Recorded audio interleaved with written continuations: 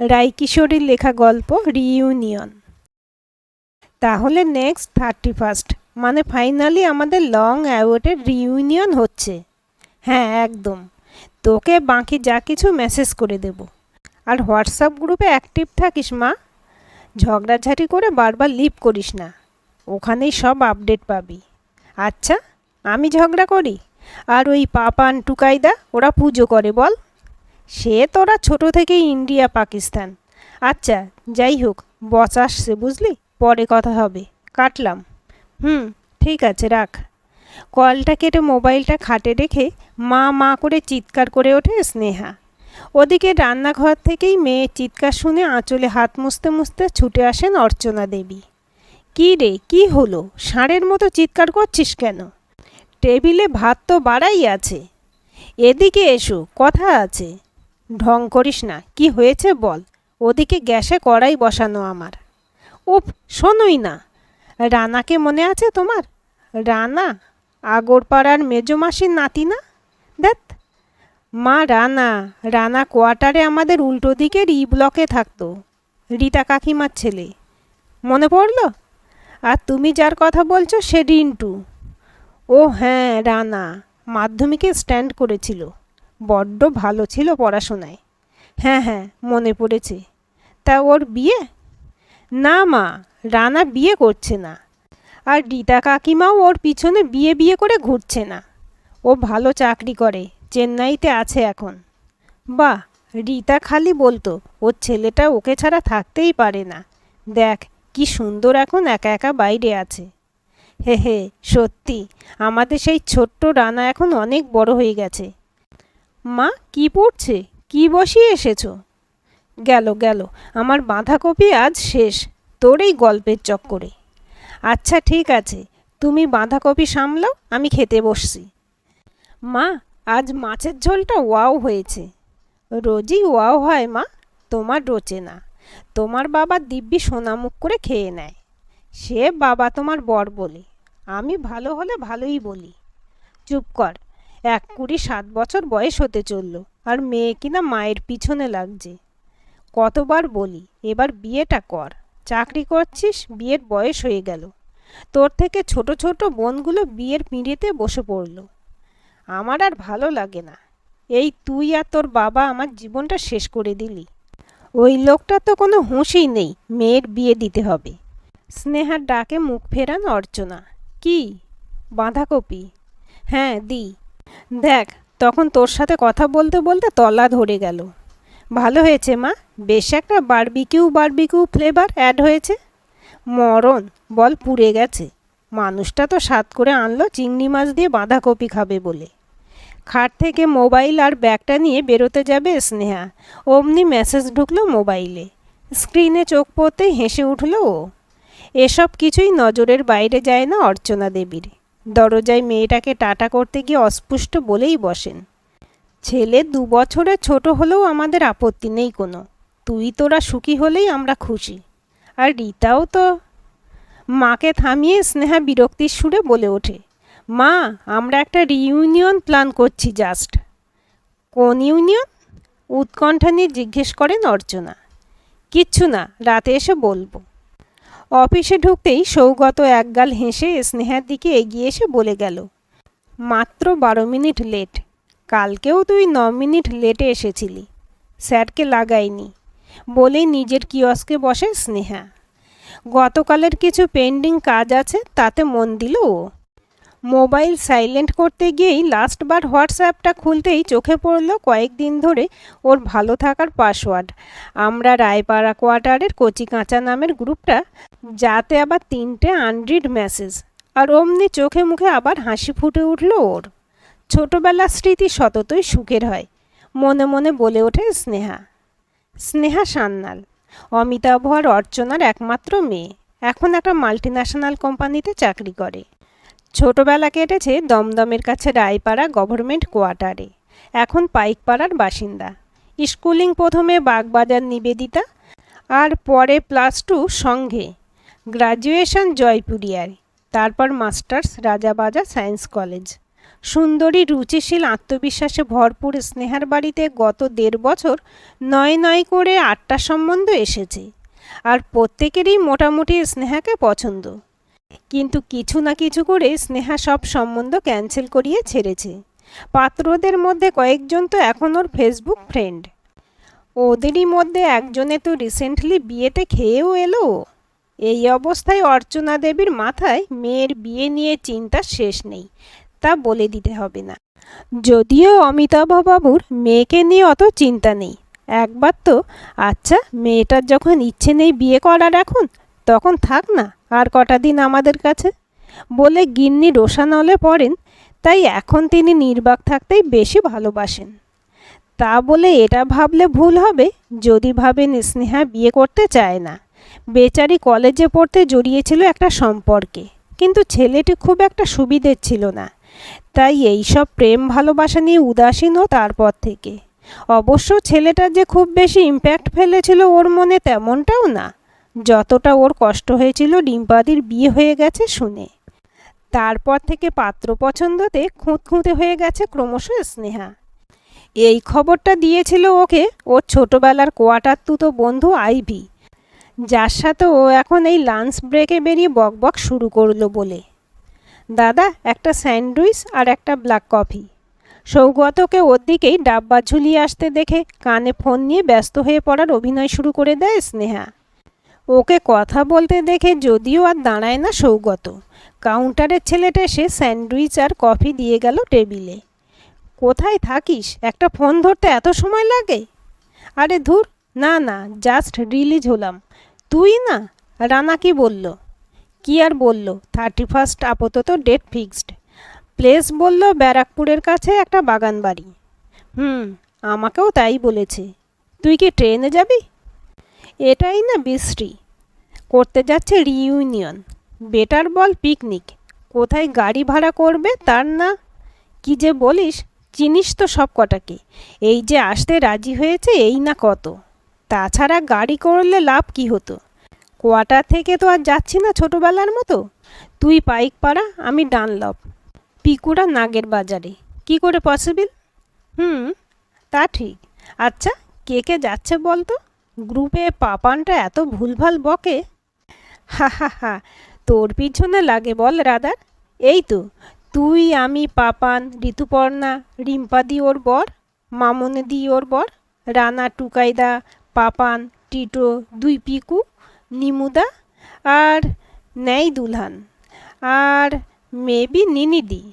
বুম্বা ছুটি পাইনি বলল। রিম্পাদি আর ওর বর বলছিস কেন? তুই তোতাইদাকে যেন চিনিস না? তোতাইদা ওর বর হতে যাবে কেন? ও তো একটা মারোয়ারি ছেলেকে বিয়ে করেছে। যোগাযোগ রাখিস না, উল্টোপাল্টা বকিস। সিরিয়াসলি? ওদের প্রেমটা এগোয়নি? কি করে জানবো বলতো? আমি তো সেই 11-এ পড়তে কোয়ার্টার ছাড়লাম, তখন তো ওদের মাখো মাখো প্রেম। আর ওর বিয়ের খবরটা তো তুই দিয়েছিলি। না, এগোয়নি। আর তুই জানতেও চাসনি কার সাথে হচ্ছে, তাই আমিও বলিনি। তোতাইদা তো শুনেছিলাম বোম্বে আইআইটিতে পিএইচডি করছে। ফেসবুকে খুঁজেছি, পাইনি। হয়তো অন্য নামে আছে। রানাদের সাথে যোগাযোগ থাকতে পারে। আচ্ছা, তুই ফোন রাখ, 2টো বাজে।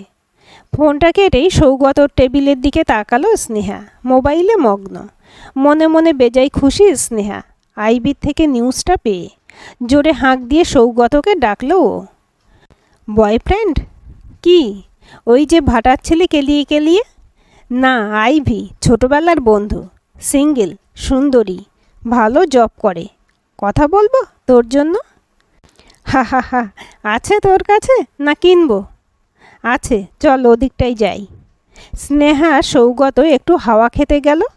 চলুন আমরা এই ফাঁকে আপনাদের বলি কে এই তোতাইদা, যার জন্য এত গদগদ হয়ে সৌগতকে ডাকলো স্নেহা। তার আগে এই সৌগতর হিস্ট্রি জিওগ্রাফিটাও একটু ব্রিফ করে নিই। সৌগত আর স্নেহা গত বছরখানেক হলো এই কোম্পানিতে জয়েন করেছে। দুজনেই কম্পিউটার অ্যাপ্লিকেশনে মাস্টার্স করেছে, তবে আলাদা আলাদা জায়গা থেকে। সৌগত অনেকটা আপন ভোলা ছেলে, মনে পেঁয়াজ নেই। স্নেহার থেকে বছরখানেকের বড়। প্রথম থেকেই ওর স্নেহাকে খুব পছন্দ। বাকি কলিগদের সঙ্গে সঙ্গে স্নেহারও তা জানতে বাকি নেই, সেজন্যই হয়তো স্নেহা ওকে এড়িয়ে চলে। তবে ওই যে বললাম, ছেলেটা ভালো, তাই খারাপ ব্যবহারটাও করে না ও। একবার তো ভেবেছিল যদি সেরকম কাউকে ওর মনের মতো না পায় তখনই না হয়। ভাবতে ভাবতেই দেওয়ালে টানানো মা তারা ছবিটার দিকে তাকিয়ে নিয়েছিল একবার। আসলে সমস্যাটা হলো মেয়েটা প্রেম করতে চায় কিন্তু সাহস পায় না। মেয়েটা বিয়েও করতে চায় কিন্তু অ্যারেঞ্জ ম্যারেজ করবে না। এরকম রোগের কি কোনো চিকিৎসা আছে? জানা থাকলে বলবেন তো। তবে এই মেয়েটাই এককালে একতা কাপুরের সিরিয়ালে লাভ বার্ডসদের দলে নিজেকে দেখত। কখনো নিজেকে কাশিস আর ওর জুড়িদারকে ভাবত সুজল, আবার কখনো নিজেকে প্রেরণা, আর ওর অনুরাগকে কমলিকার হাতে সঁপে দেবার মতোই মনে জোর রাখত। বিয়ের পরে অবশ্য পার্বতী হবে না তুলসী হবে সে নিয়ে দোনামনায় থাকত। কিন্তু হ্যাঁ, ওই যে বলেছিলাম, নিজে প্রেরণা হয়ে ওর অনুরাগকে কমলিকার হাতে তুলে দেবার ক্ষমতা রাখে ও। একদম বাস্তবেও এমনটা করেছিল। ও তখন ক্লাস 7-এ পড়তো। নারায়ণ স্যারের কাছে তেল মাখানো বাঁশে বাদরের উপদ্রব্য মাপছিল এমন কোনো একদিন সৌম্যকান্তি চেহারার উজ্জ্বল চোখ জোড়ার উপস্থিতি লক্ষ্য করলো ওর পাশে। দেখা মাত্র ওর মনে বেজে উঠেছিল, দিল মেরা পুষ রাহা হ্যায় তুঝে, কেয়া পেয়ার করোগি মুঝে। স্যারের দিকে তাকাতেই উনি নিজেই বলেছিলেন, এ হলো তোতাই, মানে অভিষেক, তোদের কোয়ার্টারের পিছনে থাকে, সিআইটির ফার্স্ট বয়, খুব ভালো ছেলে। সেই পরিচয়। 7 ক্রমে 8 হলো। তোতাইদা 11-এ কোয়েড স্কুলে ভর্তি হলো। ব্যাস, গল্পে কমলিকার এন্ট্রি। রিম্পাদি যদিও কোয়ার্টার তুতো দিদি আর স্নেহার খুব কাছেরও, কিন্তু যেদিন জানলো তোতাইদা রিম্পাদির কাছে যাবে বলেই ওকে দূত করেছিল, সেদিন সারাদিন ও ওয়াকম্যানে সীসা হওয়া দিল হো আঁখি টুট যাতা হ্যায় শুনেছিল। ওর এই মন ভাঙার খবর জানত শুধু আইভি আর ঋতুপর্ণা। যাই হোক, নিজেকে সামলে নিয়ে বুঝিয়েছিল ও এখন অনেক ছোট, ওকে অনেক বড় হতে হবে। কিন্তু প্রেরণা কি অনুরাগকে ভুলতে পেরেছিল যে ও পারবে? এরকমই একদিন যখন সবাই মোটামুটি কখনো রেডিও গলিতে কখনো টালা পার্কের ঝোপে তোতাইদা রিম্পাদির চলন গমনের খবর দিচ্ছে, জেরক্সের দোকান থেকে বেরোতে ওর কানে এসেছিল, এই অভিষেকটা বড্ড বেড়েছে, মালটা জানে, রাপ্পা পুষ্পিতাকে লাইক করে, আর ও কি না ওকে নিয়ে রাসলীলা করে বেড়াচ্ছে। শোনা মাত্র কেঁপে ওঠা বুক নিয়ে ছুটে গেছিল রায়পাড়া বাইলেনের ক্লাবে। অয়নদা কোথায় গো? কেন, কি হয়েছে? ওরা আজ তোতাইদাকে মারতে পারে। সবটা শুনে একদল ছেলে বাইক সাইকেল নিয়ে ধাঁ। সে যাত্রায় অভিষেক সত্যি মার খাওয়ার হাত থেকে বেঁচে গেছিল, তবে ওর বন্ধুদের সাথে রাপ্পার বন্ধুদের বিশাল কেলাকেলি হয়েছিল। তোতাইদার বাকিরা এসে স্নেহাকে থ্যাংক ইউ জানিয়ে গেছিল। পরে একদিন কমলিকা, থুড়ি রিম্পাদিও ওকে ডেকে জড়িয়ে ধরেছিল। Life goes on. স্নেহা টেনে উঠল, আর ওদিকে একজন যাদবপুর আর একজন বাগবাজার উইমেন্সে ঢুকলো। মেট্রো স্টেশনে বার দুই কপত কপতির সাথে দেখা হয়েছিল এই যা। তারপর বছরখানেক পরে ওরাও ফ্ল্যাটে চলে আসে কোয়ার্টার ছেড়ে। ও পাড়ার সাথে যোগাযোগও কমে যায়। বছর কয়েক আগে আইভির কাছে খবর পেয়েছিল রিম্পাদির বিয়ের। তারপর থেকেই বোধহয় ও আরও খিটখিটে হয়ে গেছে। ওই ম্যাডাম বেরোচ্ছেন, কাকে একটা ফোন করবে মনে হচ্ছে, চলুন তো দেখি। রানা, বল, অফিস হলো? হ্যাঁ, শোন না, বলছিলাম আইভির কাছ থেকে লিস্টটা শুনলাম। তা তোরা তাতানদা তোতাইদা অয়নদাদের আসতে বলিসনি? ওরাও তো কোয়ার্টারে খেলতে আসতো। কে বললো বলিনি? তোতাইদারা আসছে তো। অয়নদাও হয়তো বৌদিকে নিয়ে আসবে। তোতাইদা আসবে জেনেই তো রিম্পাদি ক্যান্সেল করছিল, পরে মামনিদিরা বুঝিয়ে সুঝিয়ে রাজি করিয়েছে। ওহো, এই কেস? তোর সাথে তোতাইদার যোগাযোগ আছে? মানে ফেসবুকে তো দেখলাম না, অন্য নামে আছে নাকি? আরে না, ওই একবার দেখা হয়েছিল, কালী পুজোর সময় গেছিলাম ওদিকে, তখন ফোন নম্বর দিয়েছিল। তোতাইদা সন্ন্যাসী মানুষ, ফেবুতে নেই, অনলি হোয়াটসঅ্যাপ আর ইনস্টা। তোর লাগবে নাম্বার? বোকা বোকা কথা বলিস না, রাখ ফোন। আচ্ছা, তাহলে 31 মানে নেক্সট রবিবার 10টার মধ্যে লোকেশানে চলে আসিস। তুই কবে যেন আসছিস চেন্নাই থেকে? শুক্রবার রে। ওকে, বাই। ফোনটা কাটতেই ভারী দুঃখ হয় ও তোতাইদার জন্য। রিম্পাদি এইভাবে খেলালো ওরকম একটা নিরীহ ছেলেকে। ছি, নিশ্চয়ই কোনো বড় পেটির মারোয়ারি ছেলেকে ফুসলেছে। পরশু বড়দিন, তাড়াতাড়ি অফিস শেষ হয়ে যাওয়ায় ভাবলো বাড়ির জন্য একটা কেক নিয়ে ফিরবে। সেই মতে স্পেন্সার্সে ঢুকে কেক নিতে ওর কি মনে হলো সেদিনের মিটে সবার জন্য সুন্দর মোড়কে মোড়ানো এতগুলো চকলেট কিনে ফেলল স্নেহা। বাড়িতে আসতেই দেখলো টিভিতে মার প্রিয় ধারাবাহিক চলছে, বাবা সোফায় বসে পেপার পড়ছে।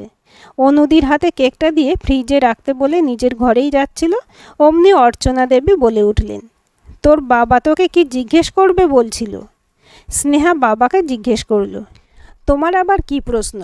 অমিতাভবাবু বলতেই যাচ্ছিলেন, অর্চনা দেবী থামিয়ে দিয়ে বললেন, অনু রুটিগুলো করে চলে যাক, তারপর তুই ফ্রেশ হয়ে নে। শোনা মাত্র নিজের ঘরে এসে ব্যাগটা ছুঁড়ে ফেলে মোবাইলটা ডেস্কের উপর রেখে ধরাম করে খাটে বডি ফেলে দিল স্নেহা। খেতে বসে রিইউনিয়নের ব্যাপারে জানতে পেরে স্নেহার চেয়ে ওর বাবা বেশি খুশি হন। লোকেশনের খুঁটিনাটি জেনে অমিতাভবাবু খুব এক্সাইটেড হয়ে ওনার কলেজ লাইফের গল্প, রিইউনিয়ন, এটা সেটা বলতে থাকেন। ওদিকে অর্চনা দেবীর মৌখিক আরোহণ অবরোহণ যদি বাপ বেটি একবার দেখত। আজ 31 ডিসেম্বর, বাইরের তাপমাত্রা 13 ডিগ্রি। অন্যদিন বুড়ি ছোঁয়া স্নান করলেও আজ স্নেহা মার চিৎকারের আগে শ্যাম্পু করে স্নান সেরে মুখে ক্রিম মাখছে। ঘড়িতে 8টা বাজে।